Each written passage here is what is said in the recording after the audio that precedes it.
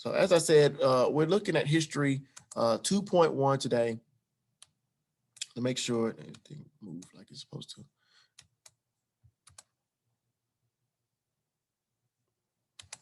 For history 2.1 today for the American Revolution. And we got several big ideas that we want to make sure we discuss moving forward, so there's no confusion about what happened. I know yesterday and the day before we talked about the taxes. The money issue is a big theme, but the secondary theme is the part of liberty that we're going to keep bringing up. And liberty is the ability to have a choice.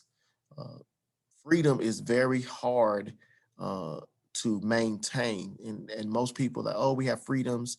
And we're going to get into that with the new nation, the rights and privileges that were established before the Constitution that we're trying to hold on to, and who's right and who's wrong on an ethical sense.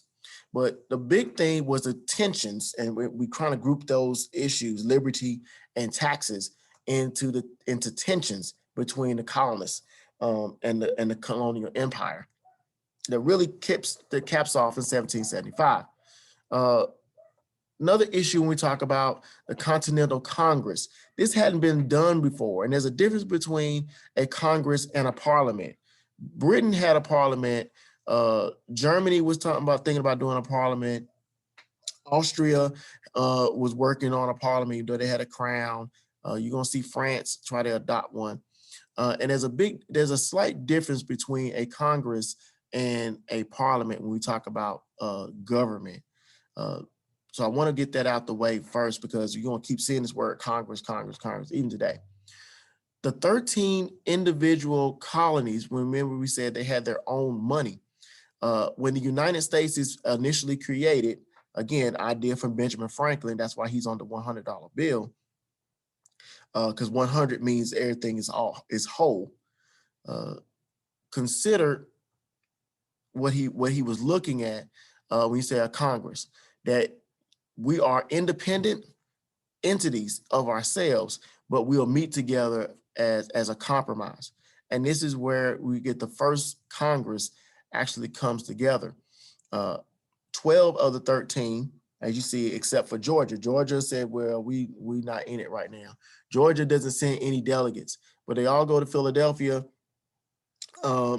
Every legislature of the 13 colonies, they send a couple of guys up to talk about this growing tension that's happening between the taxes and the idea of not having representation. So remember, each colony has their own governor.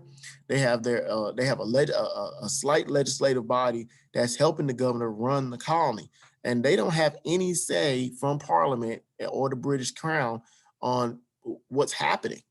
And it's kind of making them mad. It's like, wait a minute, I'm over here 3,000 miles away, and you guys are not giving me the benefit of the doubt that I'm running this day-to-day operation, and then you want to 6 months later, 7 months later, when I get a new letter from you, you're saying that I'm supposed to switch gears and do this. That doesn't work. So a lot of that had to do with timing as well, because a round trip to England might take almost 6 months. And as I said, I may have made several different policies by then, and then I get a new letter from you saying, no, we decided on this. You need to stop everything what you're doing and change this because we said so. That becomes very frustrating. So they sent up delegates. They started trying to think about preparing an actual militia. We still have a militia today, guys. We call it the National Guard. If you go on Church Street, every county usually has what is called an armory. Our armory is over on Church Street, over in Burlington, where the weapons for Alamance County are stored. The military weapons are stored. Each state has their own army, part-time army. We call it the militia, that still can be activated by the president, under the new laws of the Constitution that we'll get into later. All right, so they talked about drafting a Declaration of Rights that included life, liberty, and property. It hadn't been done yet, so they started talking about it. And the colonists who wanted to fight Britain or wanted to have an American nation, they didn't even know what it was going to be called. Benjamin Franklin really just pushed for a confederation of American colonies. They weren't states. He said we just need to be able to come together on a policy as an American nation. That's his only idea. He didn't even have a name for it. So one side of these people that are growing, that they're saying, you know what, we need to have an American nation, independent colonies that come together. They were considered patriots. And in Britain, they were considered terrorists.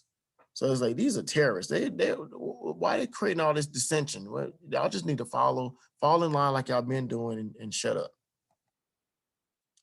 For main idea two, this armed conflict, the shot heard around the world. This is the activities that you guys are going to work on in just a few moments when we talk about for today's assignments. Paul Revere's ride. Paul Revere and his crew, because he's a silversmith, aka blacksmith, got into it up in Massachusetts and around the Boston area between Lexington and Concord about the taxes and whatnot. And so the British government and the Massachusetts governor, they decided to go to the weapons depot, the armory, and try to make sure that the weapons were secured. And doing that could shut down any rebellion, because you realize how hard it is to make weapons back then. And so the locals, with the help of being spies or espionage, the local militias, military, decided to create the so-called Minutemen that you all hear about of legend, that the farmers with their shotguns and rifles could be ready to defend the towns on a minute notice against formal soldiers. Okay, and so this is the thing that they came up with. Even though the governor is working for the parliament, the townspeople and the local mayors and everybody else are like, we can overturn this if we have the right weapons. And so the legendary clash of Lexington and Concord is started by the midnight ride of Paul Revere and his buddies. So the actual first battle of the Revolution that's not official is the battles at Lexington and Concord in April 19, 1775. As the shot heard around the world that we're going to try to start a republic. You'll see clearly the British redcoats is what they call them, because usually the British wore red and the Patriots wore blue. And they clearly said it made them easy marksmen because of that bright red uniform. It was more of a burgundy type uniform that was easy because they marched in formations. And we'll talk about that too later on, battle formations between, I would say, a gentleman's war and what was considered civilized killing versus, just chaos. Also, after the battle, and you guys are going to see the battles and stuff later on, so I don't want to say who wins and who doesn't win, because you know who ultimately wins in the end. The 12 colonies met in Philadelphia in May of 1775. They had a second peaceful war after the battles at Lexington and Concord, trying to offer peace. This is called the Olive Branch Petition to King George, that, hey, we just want a couple of seats on the parliament. We just want to, be added to the parliament and we'll be good, so we can voice our concerns about the taxes and the laws that y'all keep changing 6 months, 8 months down the road when we tell y'all that we had a new law come in. Of course, the king shot that down, and the parliament did too, because they say, you guys are subjects. You're not full citizens because y'all live in America. Y'all do what you're told. After this point, they decided to try to raise an army. Of course, the army takes money, and the commanding officer, captain, or whatever, was of course George Washington. He was one of the most seasoned veterans that was still left in the Americas that would be willing to switch sides.